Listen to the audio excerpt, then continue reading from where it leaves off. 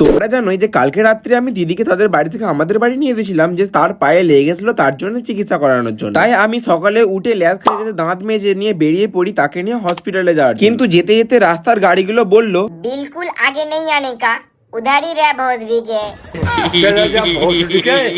তো আমি গাড়ির কথা মেনে আর আধ ঘন্টা সেখানে দাঁড়িয়ে আমি চলে আসি হসপিটালে। আর হসপিটালে সোয়া চলে আসি ড্রেসিং। তারপর দিদি তো ঢুকে যায়, আর আমি একটু ভয়ে ভয়ে গিয়ে ভিডিও করছিলাম। তারপর দেখলাম যে ডাক্তার সেখানে ভালো করে মলম লাগিয়ে আবার একটা ব্যান্ডেজ করে দিল। আর ব্যান্ডেজ করার সময় বললো আবার 4 দিন পর আসতে। তারপর আবার কি সে ওখান থেকে নেমে পড়লো। তারপর দিদি ব্যান্ডেজ হওয়ার পর আমি ডাক্তারখানা থেকে যে সমস্ত ওষুধগুলো দিয়েছিল সেগুলো নিয়ে আসি, আর তারপর সেখান থেকে বেরিয়ে পড়ি বাড়ি যাওয়ার। এই গরমে শরীরকে ঠান্ডা রাখার জন্য দিদি নিয়ে নেয় মালাই বারুদ, আর আমি নিয়ে নিই একটা মাজা। তারপর সেটাকে আমরা দুজন মিলে খুব তাড়াতাড়ি ছাঁটিয়ে দিই। আর আমি এই কথাটা ভেবে হাসছিলাম যে দিদির তো খুব পছন্দ হয় এই মিষ্টি মাজাগুলো খাওয়ার জন্য, কিন্তু ডাক্তারের তাকে একদম মিষ্টি খেতেই মানা করে দেয়। আর তারপর তাকে আমি লোভ দেখিয়ে খেতে থাকি, কারণ हमारे यहाँ ऐसा ही होता।